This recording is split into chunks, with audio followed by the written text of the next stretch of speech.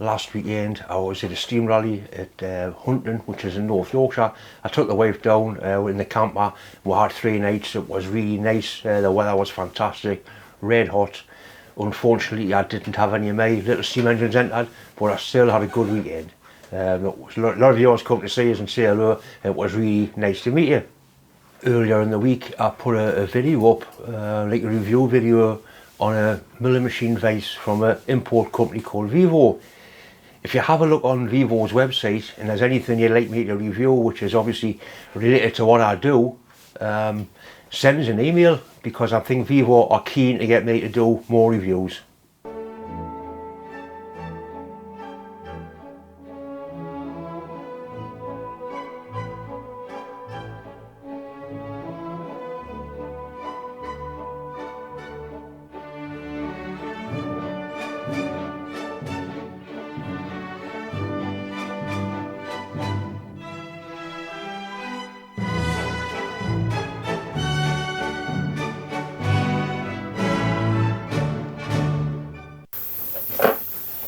That's the finish you get straight off the plasma torch.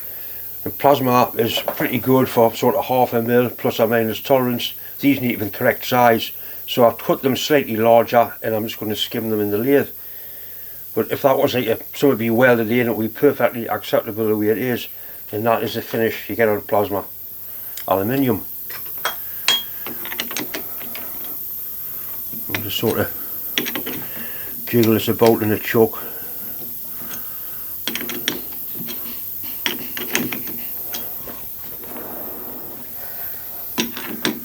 Skim that I've left a couple of mil over size so I can get it to the exact size I need it.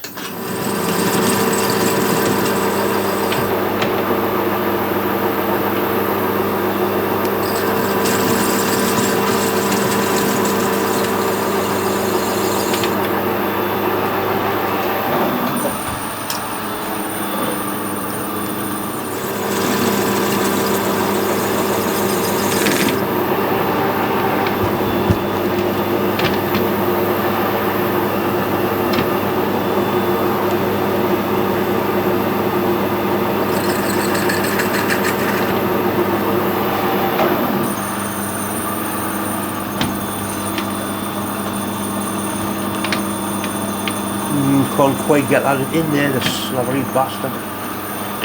Just to knock that raggy edge off.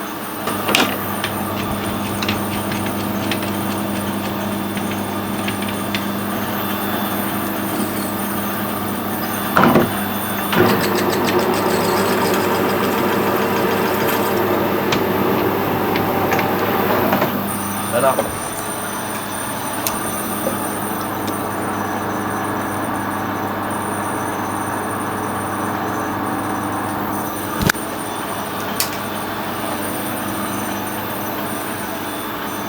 I'll do the other one then, put the other jaws in so I can machine the ID.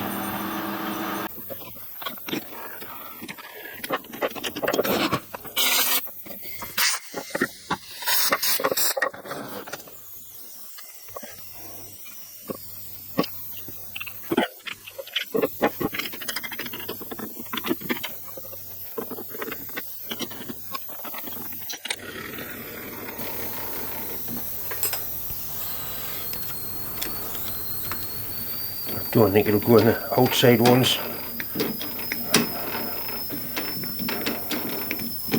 It might, just by the skin of its teeth.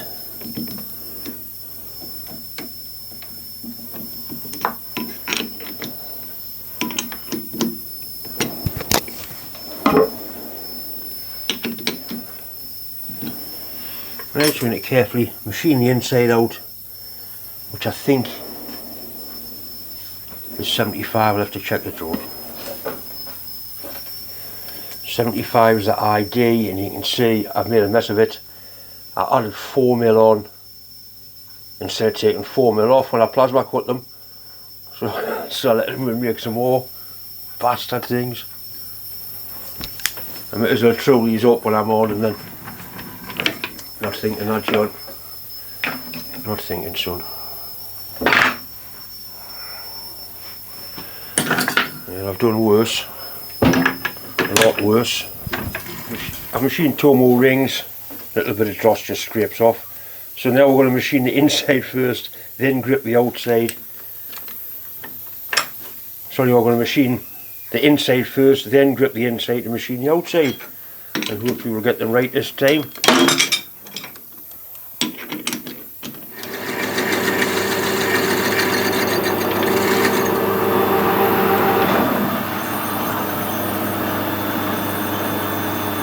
I'm on 75 or 72.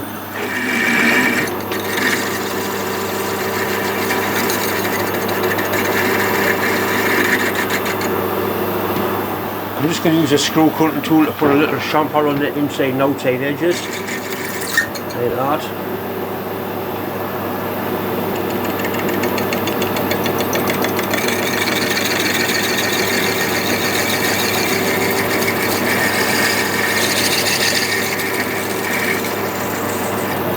Like that.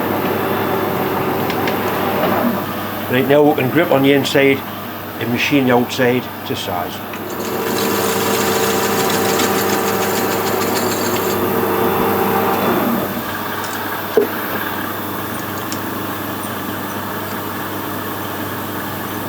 $99. I want 2mm off there.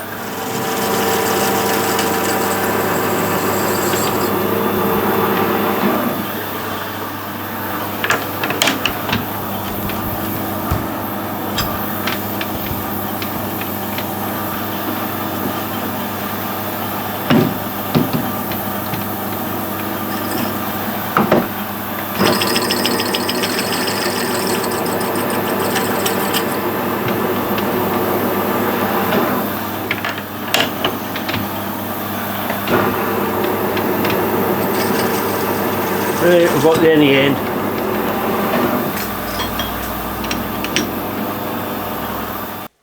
This is the top eccentric strap of that Hawker steam engine. It's one of the better parts of the engine. It has been really well made. There's a hole in there for an oiler, like a wick oil feed. There's no threads in there, so I'm going to drill that and tap it and put some threads in.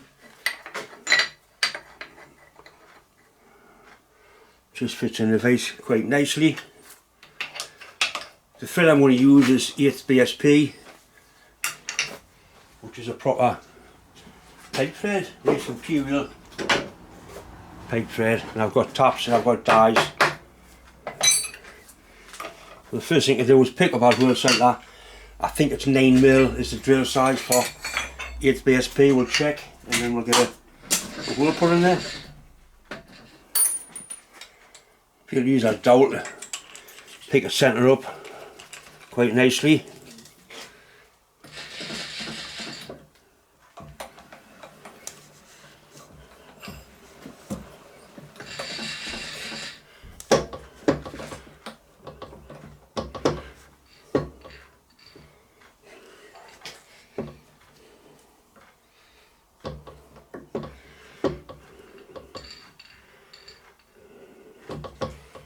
That's looking nice there. That's certainly good enough for John. I'm going to go in there for a depth of 10mm.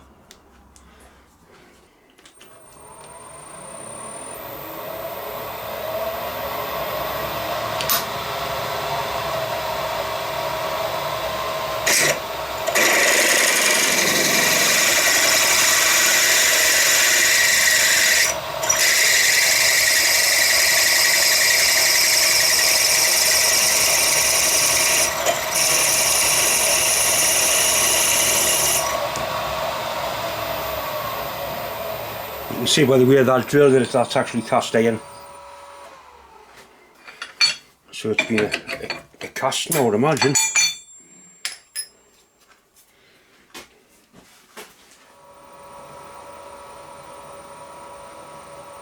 I'm watching the readout on the quill to get it just before 10. 9 that'll do. Reverse that out.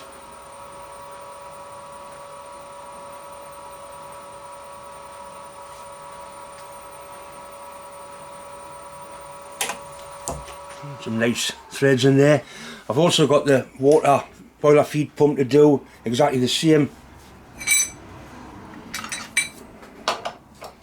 Drill it and tap it and make a oiler for that as well. So that's worked out quite nicely, very pleased with that. This is the eccentric strap off the boiler feed pump that we need to drill and tap in exactly the same way as we did the valve eccentric strap. Make sure it's nice and square.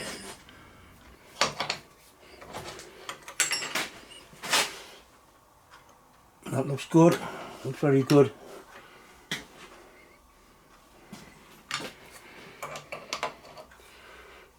This one looks like it may have been had a bush put in. It wouldn't surprise us, most things have been bushed on this engine.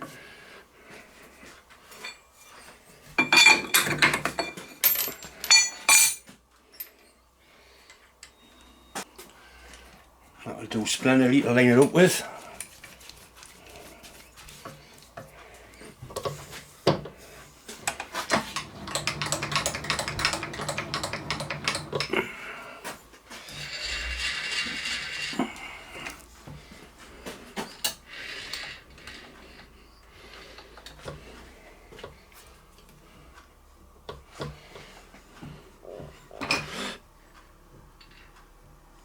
That looks good.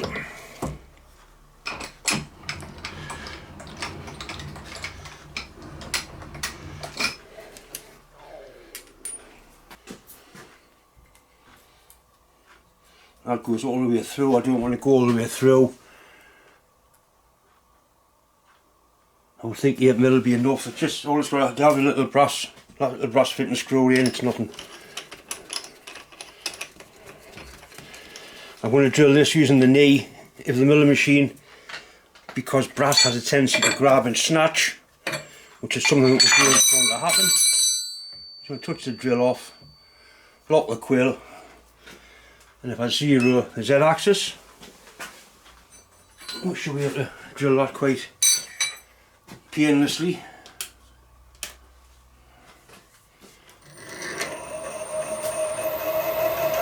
Nice and slow.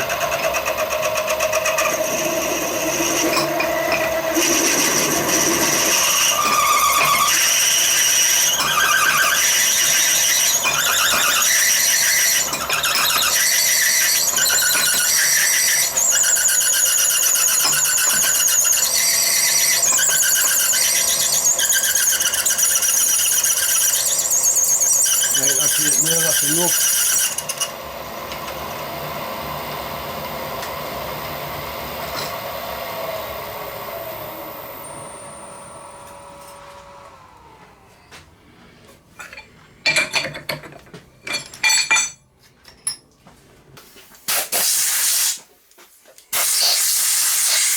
Yeah, plenty thread over there.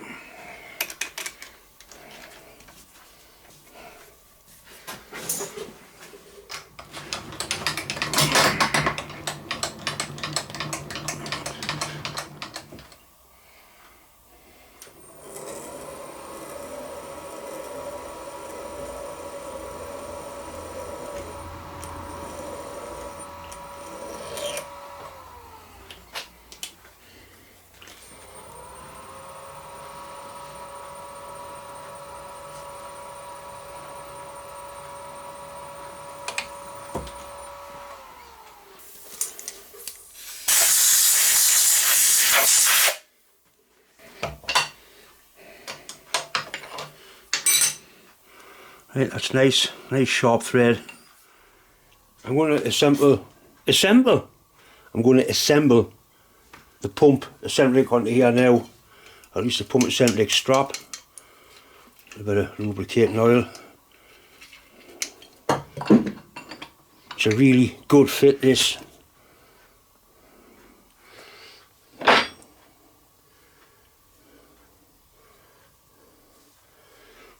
That's the top part of the rod. There's also two little brass shims that are in there.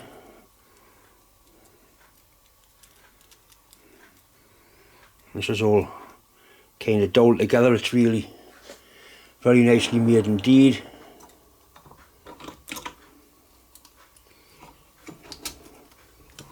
Goes together like that, and there's lovely proper shoulder bolts that go in, machine bolts. Christ, John.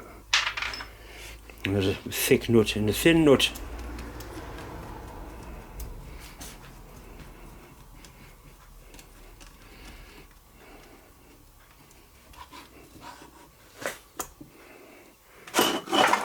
See, there's 2 zeros on there, so it only goes together one way. And I know that the pump is across that side, so it's definitely in the right way around, so to speak.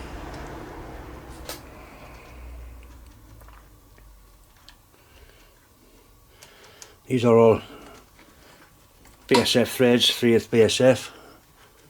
Nice fine thread. I do like BSF threads, I like them, a nice fine thread, good engineering thread. Suppose the equivalent would be like a 8mm metric fine.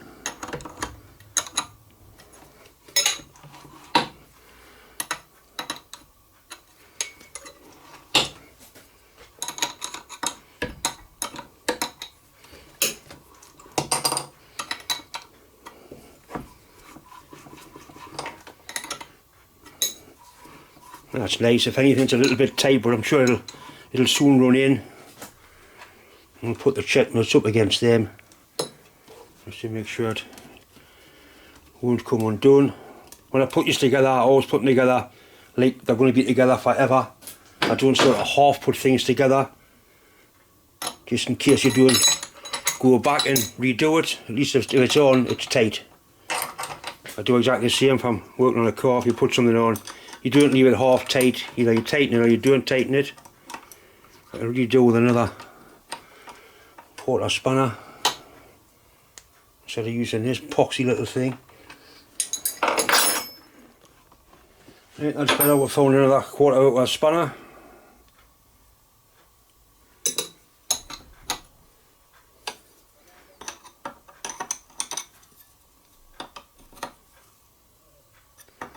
Tighten one nut against the other.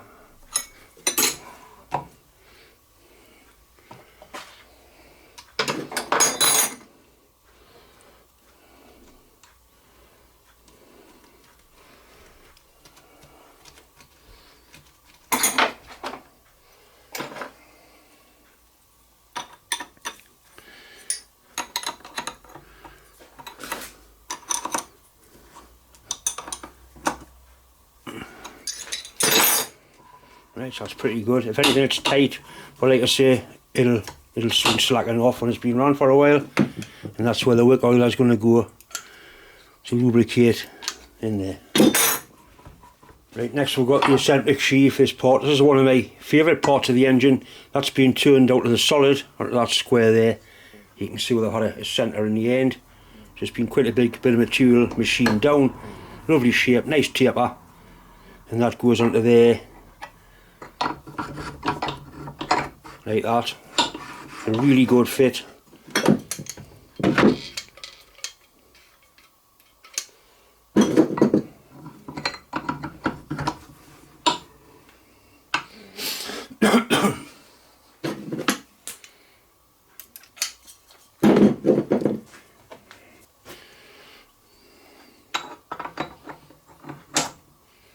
Once again, it's got some nicely fitted bolts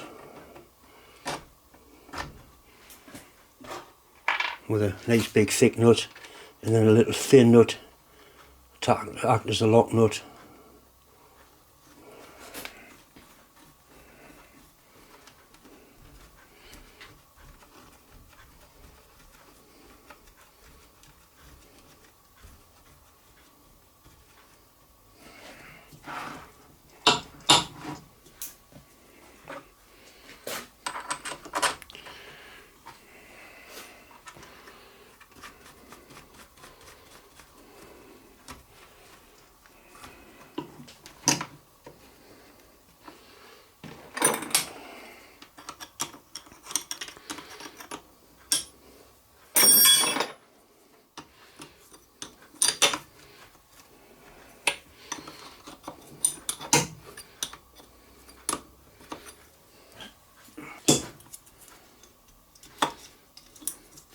A bit of brush shim on the edges so I don't damage the bolt.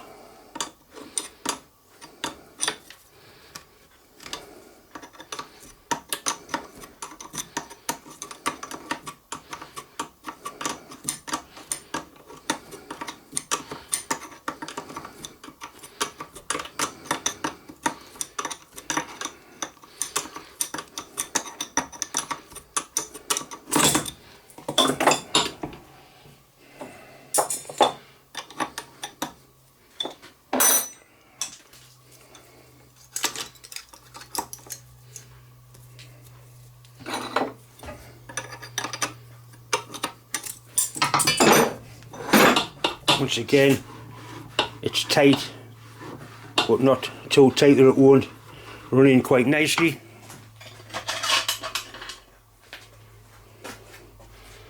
And 2 little thin lock nuts just to finish the job off.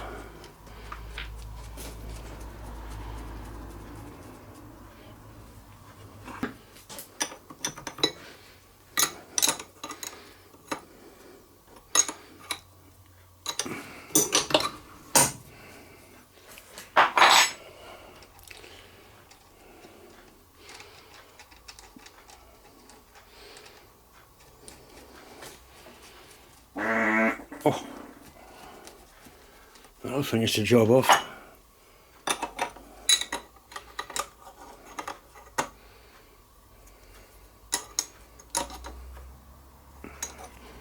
Right, so that's those together, and that's where the 2 oil points are going to go. Nice little brass oilers to go in there. So basically this is all assembled now and set up. The only thing I've got to do is change these nuts for the old-fashioned type of Whitworth nut, which are slightly bigger. I've painted the standard part, so and basically we can put that onto there now, get that tightened down, and then it is starting to come together. And before we stripped this, I drilled holes and reamed holes for dowel pins to keep it lined up, because the engine was running quite nicely before I stripped it. So if we put those dowel pins in there like that, that means that is in exactly the same place as it was, because all these holes are slotted and piss wobbly slack.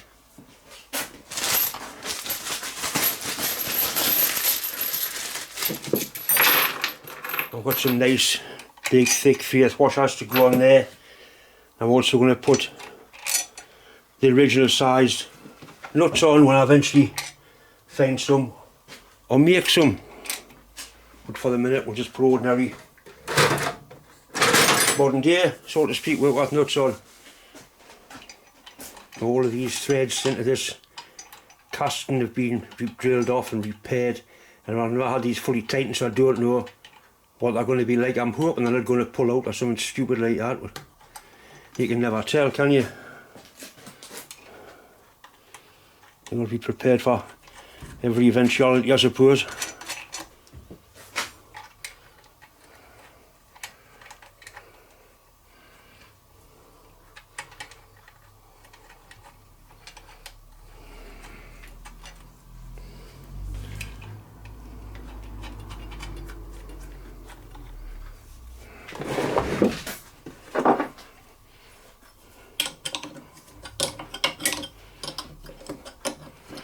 I've got thousands of pounds of sockets at work, and I piss about with spanners at home. Never mind. I'm not in a hurry at home. Basically it takes as long as it takes on a job like this, because it is supposed to be pleasurable. Sometimes I do wonder.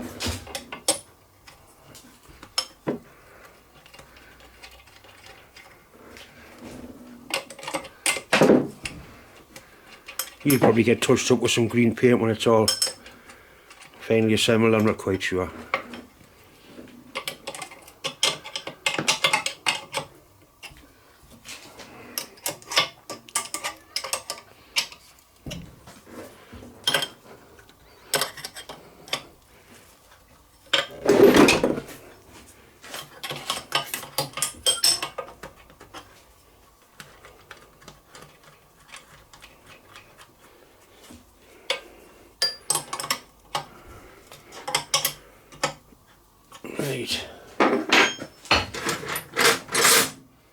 3/8, and I have got a 3/8 ring spanner, so I can, oh yeah, that's fine.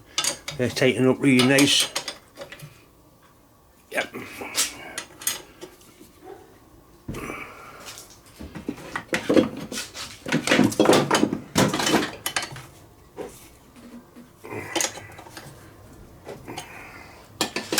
Right, so it's starting to look like a steam engine again.